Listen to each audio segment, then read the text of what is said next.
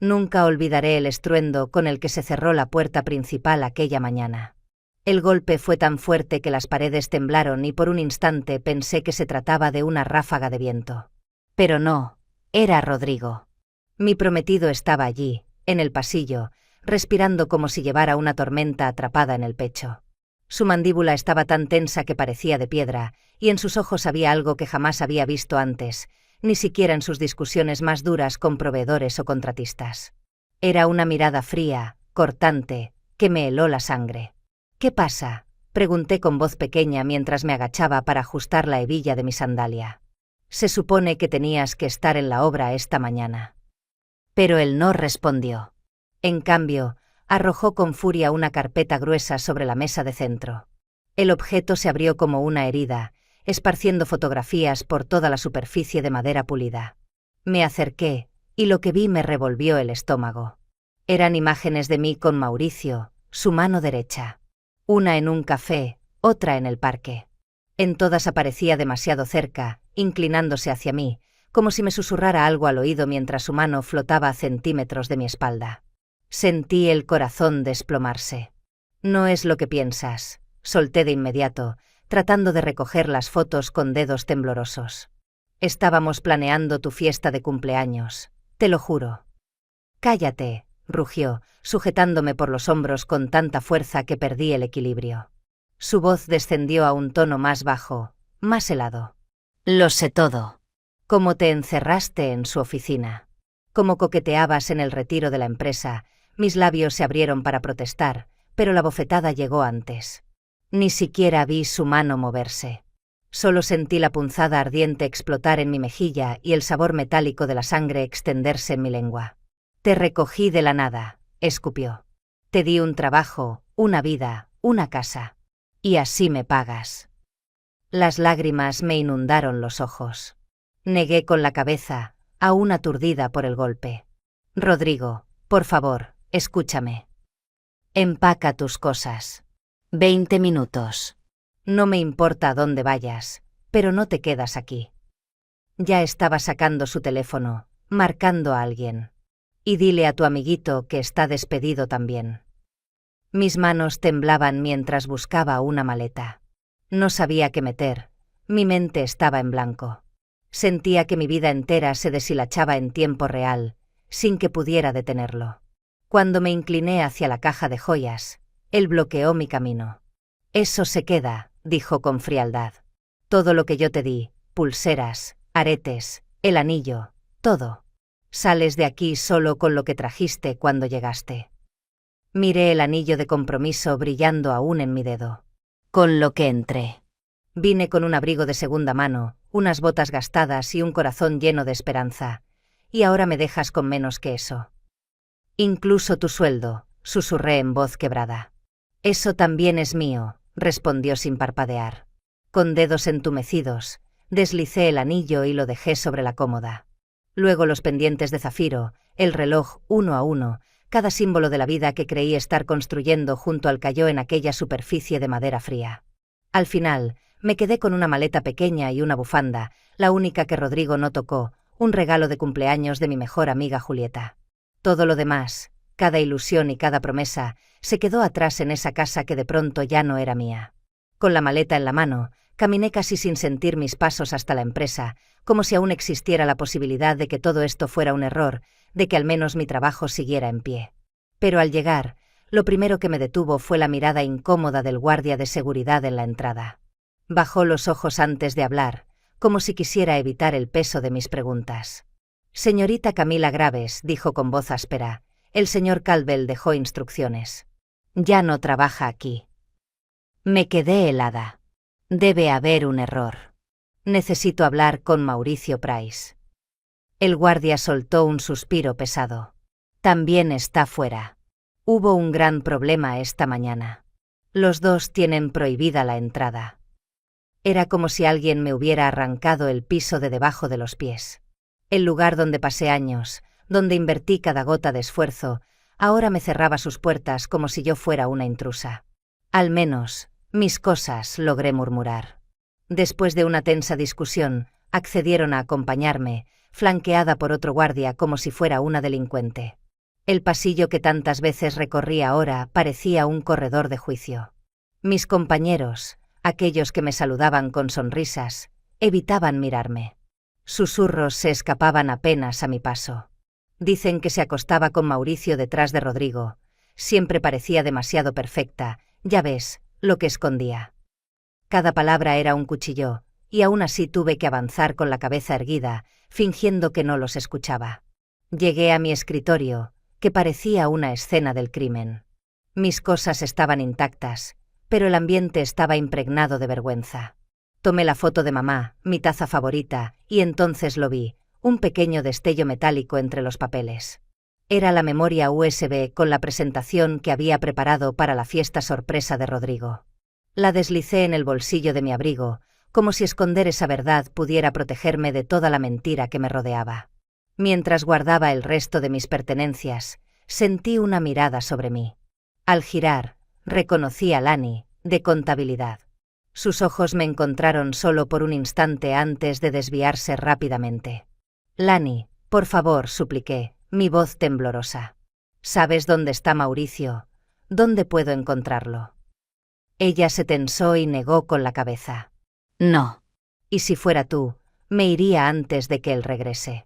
Rodrigo está furioso. Le prohibió a todos hablar contigo. Su paso se aceleró, los tacones resonando como martillazos, hasta desaparecer al final del pasillo. Me quedé allí, con la caja de cartón en brazos, rodeada de miradas que me atravesaban como agujas. El ascensor tardó siglos en llegar. 2 colegas masculinos cuchicheaban a mi lado. Claro, una chica de pueblo como ella, siempre esconden algo. Las puertas se cerraron antes de que pudiera gritar mi inocencia. Y entonces lo entendí. Mi voz ya no valía nada en ese lugar. Mi reputación había sido arrancada de raíz, y todos parecían convencidos de que merecía cada segundo de humillación. Salí del edificio con el corazón destrozado, sintiendo que el mundo entero se había vuelto cómplice del castigo de Rodrigo. No solo había perdido mi casa y a mi prometido, ahora también mi dignidad y la vida profesional que tanto había construido. Esa noche terminé en el diminuto departamento de Julieta, con la cara hinchada de tanto llorar y la garganta ardiendo de repetir la misma pregunta una y otra vez. ¿Por qué? ¿Por qué pensaría eso de mí? Me acurruqué en su sofá como un animal herido, temblando bajo una manta que olía a detergente barato y perfume ajeno. Julieta me ofrecía té, pasándome la taza con manos temblorosas, intentando sostenerme, pero en sus ojos vi lo que trataba de ocultar: incomodidad, cálculo. Me quería, sí, pero no quería que mi desgracia invadiera su espacio por demasiado tiempo. Su novio prácticamente vivía allí, y yo lo sabía. En su mirada se leía la pregunta silenciosa: ¿cuánto tiempo se quedará? Lloré hasta que no me quedaba aire en los pulmones. Cada vez que cerraba los ojos veía el rostro de Rodrigo deformado por la ira, las fotografías cayendo sobre la mesa, la bofetada ardiendo aún en mi piel. Me sentía traicionada en todos los frentes. Por él, por mi trabajo, por el silencio de mis compañeros. Era como si el mundo entero hubiera decidido darme la espalda. Los días siguientes fueron una especie de niebla. No comía, no tenía hambre. Julieta insistía en que probara un poco de pan, una sopa, pero el estómago se me revolvía con solo olerla. Dormía mal, me despertaba sudando, y pasaba horas mirando el techo, pensando cómo en cuestión de horas todo lo que había construido se había desmoronado. Al tercer amanecer, corrí al baño con el corazón en la garganta. Las náuseas me doblaron, me dejaron vacía y temblando sobre las baldosas frías. Julieta golpeó la puerta, preocupada, pero yo apenas pude balbucear que estaba bien. No era cierto. No estaba bien. Algo dentro de mí estaba cambiando, y no podía culpar solo al estrés. Cuando la sospecha me golpeó de lleno, sentí que el aire desaparecía. Salí a la calle con gafas oscuras, como si comprara droga y no un simple objeto en una farmacia de barrio. La cajera me miró con indiferencia, pero para mí fue como si supiera todo. Guardé la caja en mi bolso, corrí de vuelta y me encerré en el baño otra vez.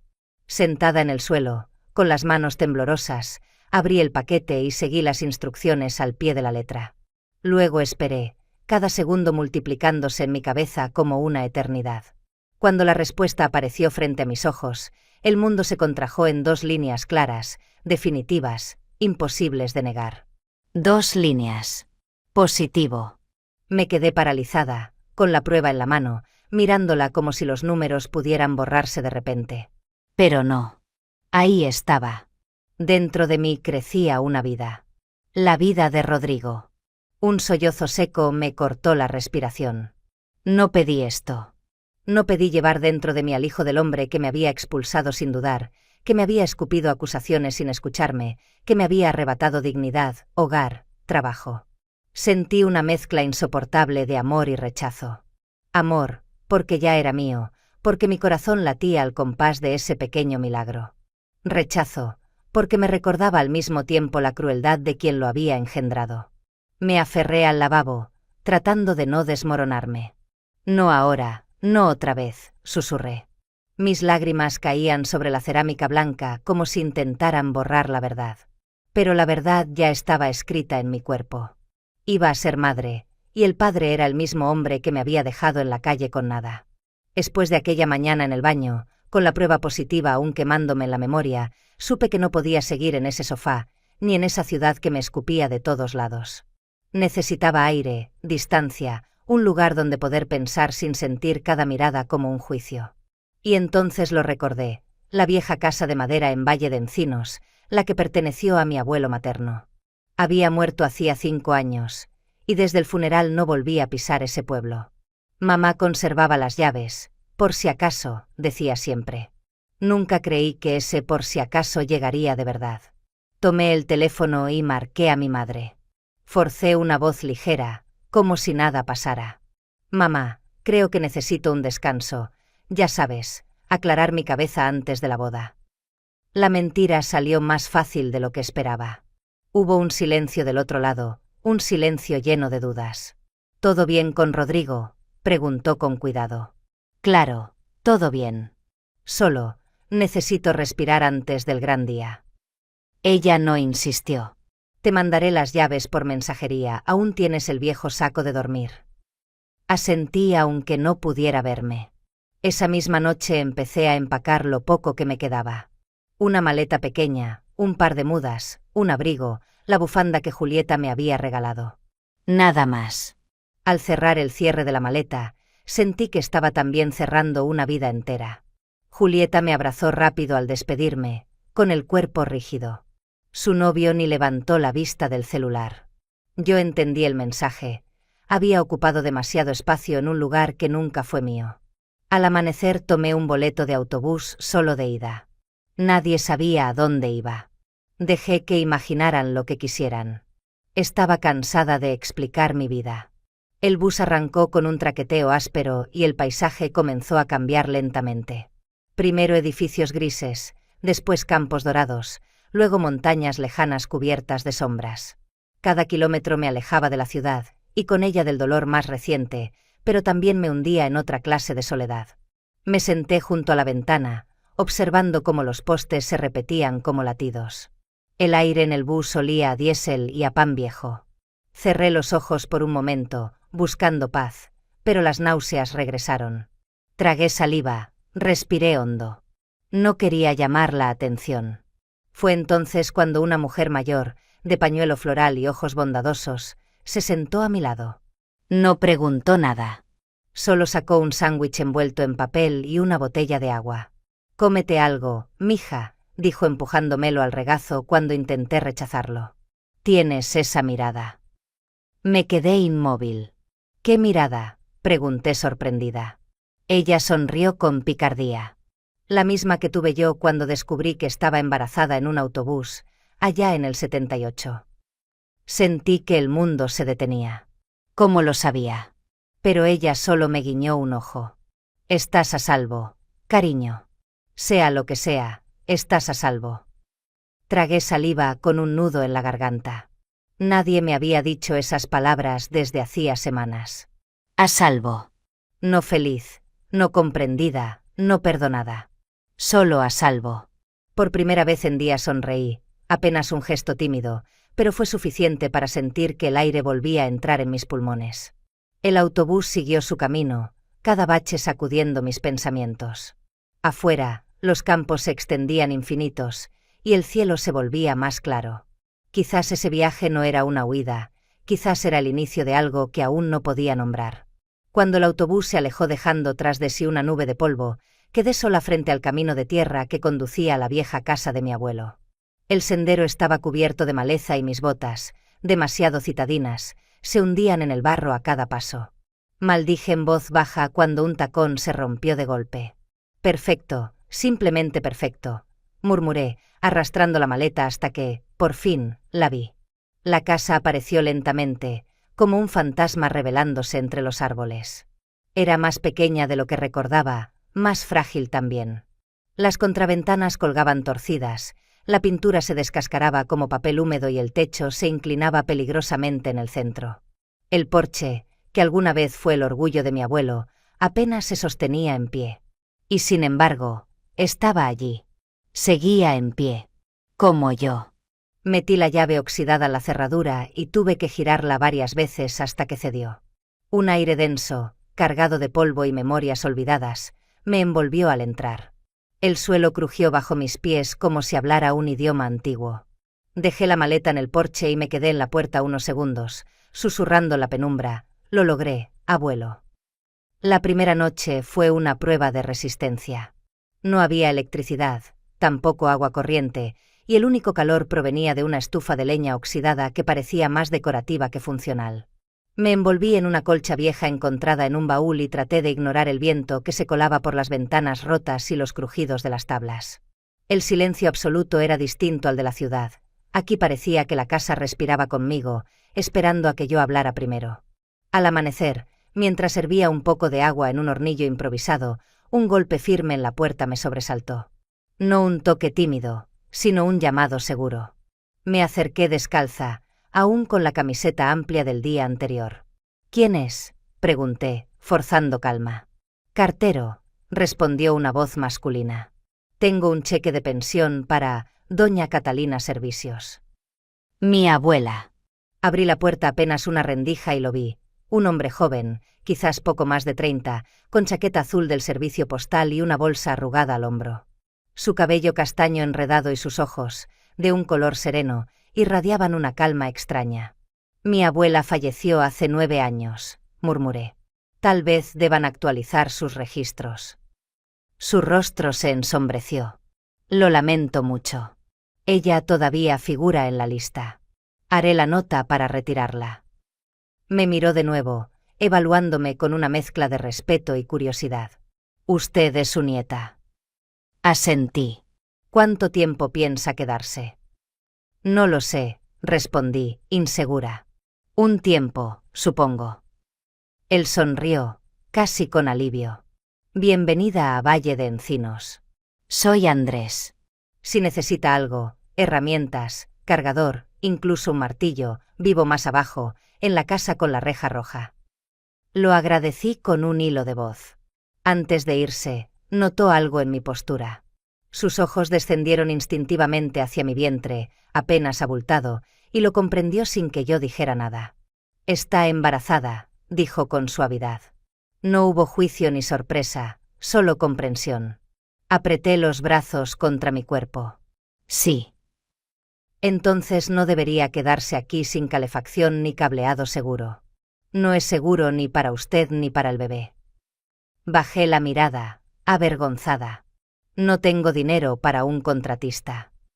Él se enderezó, limpiándose las manos en los jeans. «No dije nada de dinero. Volveré mañana con lo necesario. No se preocupe». Pero ni siquiera me conoce.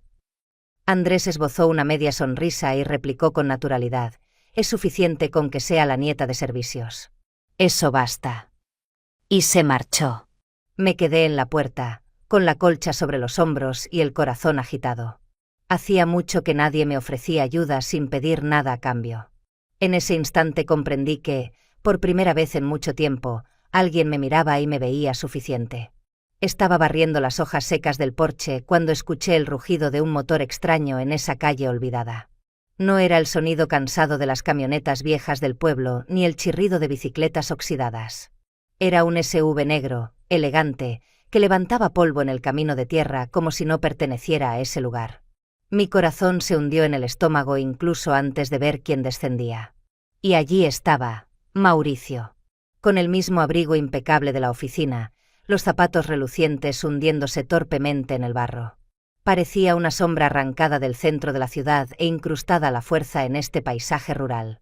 Su sonrisa era demasiado amplia, demasiado falsa.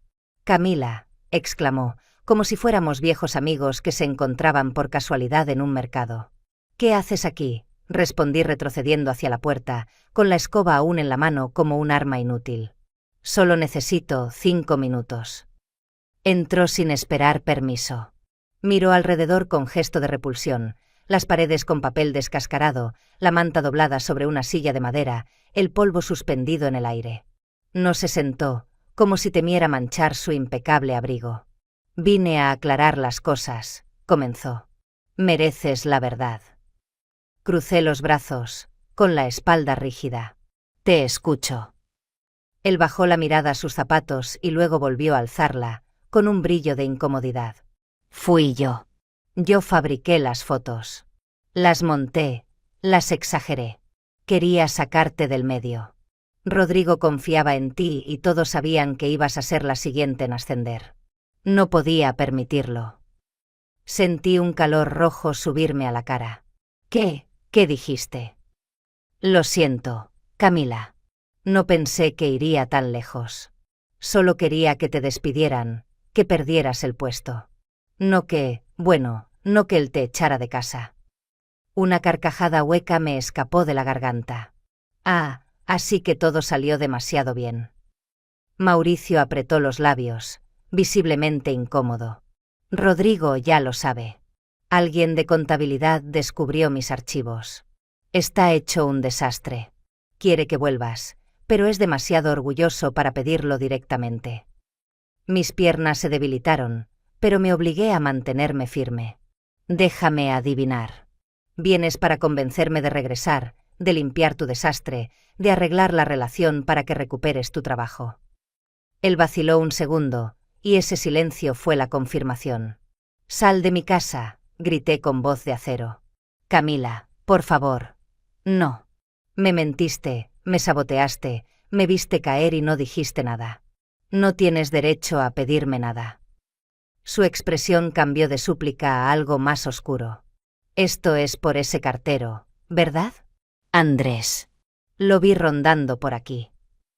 Déjalo fuera de esto». Mauricio soltó una risita. «Ya lo llamas por su nombre. Te mueves rápido, ¿eh? Lárgate». Él comenzó a retroceder hacia la puerta, pero lanzó su última carta con voz venenosa. «Rodrigo no sabe que estás embarazada. Yo sí. Y podría decírselo». El mundo se me congeló. Sentí que toda la sangre me abandonaba. «No te atrevas», susurré con la garganta seca. «Solo digo que lo pienses. Volveré mañana.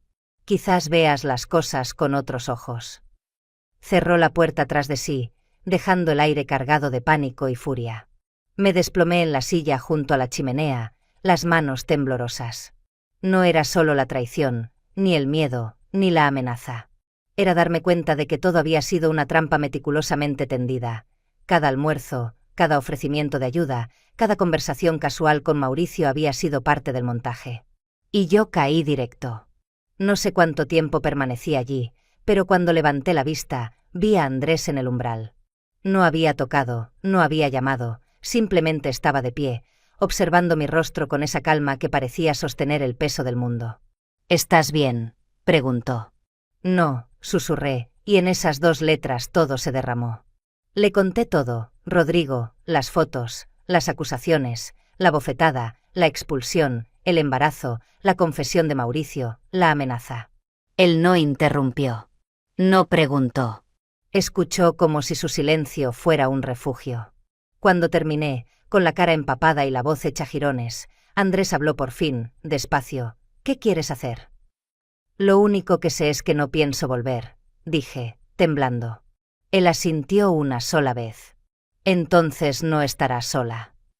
Y en esa frase, simple y firme, encontré la primera certeza desde que mi mundo se había derrumbado. El sol de la tarde caía oblicuo sobre el jardín cuando escuché el sonido de un motor que no pertenecía a este lugar. Dejé la azada entre las malas hierbas y levanté la vista. Una camioneta blanca, impecable, avanzaba despacio por el camino de tierra, levantando nubes de polvo que se enroscaban en el aire. Mi pecho se apretó antes siquiera de verlo. Y entonces, la puerta se abrió y él apareció. Rodrigo. Estaba más delgado, con ojeras profundas que le marcaban el rostro. Sus botas de diseñador se hundieron torpemente en la tierra húmeda, como si el paisaje mismo se resistiera a recibirlo. Durante un instante, fue como ver a un fantasma, el hombre que alguna vez me juró amor eterno y que después me arrojó a la calle como basura. Camila, dijo con voz apagada, casi un susurro. Me puse de pie, sacudiendo la tierra de mis manos, sintiendo el corazón latir desbocado. ¿Qué estás haciendo aquí? Necesitaba verte. Dio un paso hacia mí, inseguro. Cometí un error. Lo sé todo ahora. Mauricio confesó. Las fotos, la mentira. Me equivoqué y lo siento. Lo siento tanto. Escuchar esas palabras me habría parecido un milagro semanas atrás, cuando lloraba en el sofá de Julieta, rogando por una explicación. Pero ahora, bajo este cielo abierto y entre los restos de mi jardín, sonaban huecas. Guardé silencio, y él lo tomó como una señal para acercarse más. Déjame arreglarlo. Volvamos a casa. Podemos solucionarlo juntos. Sacudí la cabeza lentamente. No hay casa, Rodrigo. Tú la destruiste el día que me cerraste la puerta en la cara. Estaba herido, enfurecido. Mauricio me manipuló, y me creíste culpable sin siquiera preguntarme. Ni una sola vez me diste la oportunidad de explicarme. Sus ojos buscaron desesperados en mi rostro, como si quisiera encontrar la mujer sumisa que había conocido. Y entonces su mirada se detuvo, bajó un segundo hacia mi abdomen, bajo el suéter flojo que ya no ocultaba del todo la curva incipiente. Su respiración se entrecortó. Estás embarazada. Sentí que la sangre me subía a la cara. No había planeado decírselo. Pero allí estaba, desnuda la verdad en la forma de mi cuerpo. «Es mío, ¿verdad?», preguntó, con un hilo de voz que pronto se tornó áspero. «Sí», admití en un susurro. Sus facciones se endurecieron, como si la ternura de un instante se desmoronara. «Entonces tengo derecho. Soy el padre. No voy a permitir que mi hijo crezca en una choza en medio de la nada. Tus derechos los perdiste cuando me dejaste en la calle, sin un centavo y sin escucharme. No me hables de paternidad cuando tu primera reacción fue golpearme y destrozar mi vida». Su voz subió de tono, quebrándose. «No permitiré que mi hijo viva rodeado de pobreza ni que tú decidas todo sin mí». La rabia me dio fuerzas. Y yo no voy a criar a mi hijo con alguien que confunde amor con propiedad. No lo haré. El silencio se tensó como una cuerda a punto de romperse. Y entonces otra voz lo atravesó. Ella dijo que no. Rodrigo se giró de golpe. Andrés estaba al borde del sendero, las manos en los bolsillos, la postura tranquila pero firme. «Tú otra vez», escupió Rodrigo. «¿Crees que eres algo? ¿Que fingiendo ser un héroe de pueblo puedes reemplazarme?» Andrés dio un paso al frente. «No tengo que reemplazarte. Solo sé lo que no eres. No eres el hombre que ella necesita». Rodrigo se burló, con la voz impregnada de veneno. «Tú no eres su familia. Tú no eres el padre. Eres nadie. Soy alguien que está aquí cuando ella me necesita. Y eso es suficiente». Sus miradas se enfrentaron como cuchillas, el aire cargado de tensión. Rodrigo giró hacia mí, buscando una última vez mi rendición. «¿Esto es lo que quieres ahora? ¿Un pueblo olvidado y un sustituto barato?» No parpadeé. Quiero esta paz. Quiero esta vida. Quiero a este hijo. Sí, quiero todo esto. Por un instante vi algo quebrarse en sus ojos. Dolor, incredulidad, pero no esperanza. Finalmente, cerró la boca, dio media vuelta y caminó hacia su camioneta. El motor rugió y desapareció en la distancia, dejando tras de sí solo polvo suspendido. Me di cuenta entonces de que estaba temblando. Andrés se acercó, sin tocarme, solo quedándose a mi lado hasta que mi respiración volvió a calmarse. «Gracias», logré decir. «No tienes que agradecerme». Sus ojos se mantuvieron firmes en los míos. «No voy a irme». Y mientras el silencio regresaba al Valle de Encinos, comprendí que ese capítulo con Rodrigo se había cerrado para siempre. El invierno llegó despacio a Valle de Encinos. Los días se fueron acortando, el aire se volvió más afilado y cada mañana el aliento salía de mi boca en pequeñas nubes blancas. Dentro de la casa, sin embargo, algo nuevo comenzaba a tomar forma. Paso a paso, como quien reconstruye un muro derrumbado, empecé a levantar mi vida otra vez. No fue fácil. Había noches en que la soledad pesaba tanto como las mantas viejas que me cubrían. Pero cada amanecer traía consigo una nueva oportunidad. Andrés aparecía cuando menos lo esperaba, siempre con algo en las manos. Un fajo de leña seca, un termo con té caliente, un par de herramientas para reforzar alguna ventana que el viento había aflojado. Nunca se imponía. Hacía lo justo y se retiraba, como si supiera que necesitaba espacio para recuperar mi propio aliento. Una tarde, mientras me ayudaba a cargar agua desde el pozo, me preguntó: «¿Qué soñabas antes de todo esto?». La pregunta me sorprendió. No recordaba la última vez que alguien me había pedido hablar de mis sueños y no de mis errores. Titubeé, pero luego las palabras brotaron solas. Quería enseñar. Historia del arte. Hablar de Van Gogh, de Monet, de cómo la belleza puede sobrevivir incluso a la guerra. Andrés me escuchó en silencio, sin interrumpir, como si cada palabra fuera importante. Y días después, me trajo un folleto del pequeño instituto del pueblo. Buscan a alguien que cubra clases de arte en la secundaria. Solo 2 veces por semana. Creo que deberías intentarlo. Me reí incrédula. ¿Yo? Así, de la nada. ¿Por qué no?, respondió con una calma desarmante. Tienes algo que dar. Acepté, con miedo pero también con una chispa que no sentía desde hacía mucho. La primera vez que me paré frente a esos 10 estudiantes y dibujé en la pizarra el nombre de Van Gogh, mis manos temblaban. Pero cuando vi sus ojos encenderse al escucharme hablar de la luz y del color, comprendí que no había perdido mi esencia. Allí, en ese salón pequeño con pupitres rayados, estaba volviendo a ser yo. Mientras tanto, mi vientre crecía. Ya no podía esconderlo bajo suéteres holgados. Cada patada del bebé era un recordatorio de que no solo estaba reconstruyendo mi vida, sino también preparando el terreno para otra. Andrés lo entendía sin que yo tuviera que decirlo. Reforzó el techo antes de la primera nevada, reparó las escaleras que amenazaban con ceder, y una tarde apareció con tablas de madera recién lijadas. «Voy a hacer una cuna», anunció, como si fuera lo más natural del mundo. Lo vi trabajar durante días, cortando, ensamblando, puliendo cada barrote con paciencia infinita hasta que la superficie quedó suave como seda. «Sabes que no tienes que hacer todo esto», le dije una vez, observando cómo colocaba una lámpara en forma de luna sobre la pequeña mesa junto a la cuna. «Lo sé», contestó, sin mirarme, ajustando el tornillo con cuidado. «Pero quiero hacerlo». Aquella frase se me quedó grabada. Nadie había querido hacer algo por mí sin esperar nada a cambio. Con el tiempo, la dinámica entre nosotros cambió. Ya no era solo el hombre que venía a arreglar cosas. Se convirtió en la presencia tranquila con la que podía compartir un café caliente en el porche, el silencio cómodo de 2 personas que no necesitan llenar cada minuto con palabras.